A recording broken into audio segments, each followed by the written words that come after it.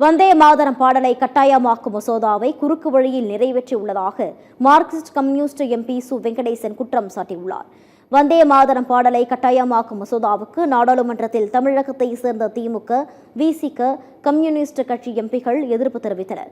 இது தொடர்பாக வீடியோ வெளியிட்டுள்ள Marxist communist MP Su Venkatesan மத்திய பாஜக அரசு கடுமையாக விமர்சித்துள்ளார்.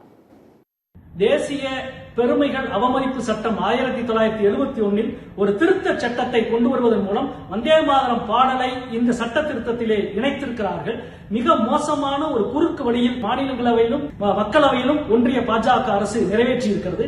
இந்த பாடல் சம்பந்தமாக 6 பத்திகளில் 2 பத்திகள் மட்டுமே போதும் என்ற அரசியல் நிர்ணய சபை ஏற்கனவே முடிவெடுத்திருந்தது. ஆனால் இந்த 4 பத்தியும் சேர்த்து 6 பத்தியும் பாட வேண்டும் என்று கடந்த பிப்ரவரி 6ஆம் தேதி ஒன்றிய உள்துறை அமைச்சகம் இந்தியா முழுமைக்கு ஒரு சுற்றறிக்கை அனுப்பியது. அதுவும் ஜனகணமன பாடலுக்கு முன்பே இந்த பாடல் பாட வேண்டும் என்ற அந்த சுற்றறிக்கை இருந்தது.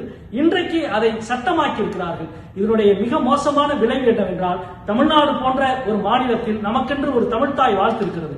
இனி தமிழ்த்தாய் வாழ்த்தை வந்தே மாதரத்துக்கு முன்னதாக முதலிலே பாடினால் 3 ஆண்டு சிறை தண்டனை என்பது நமக்கும் பொருந்தும். இவ்வளவு மோசமான ஒரு சட்டம்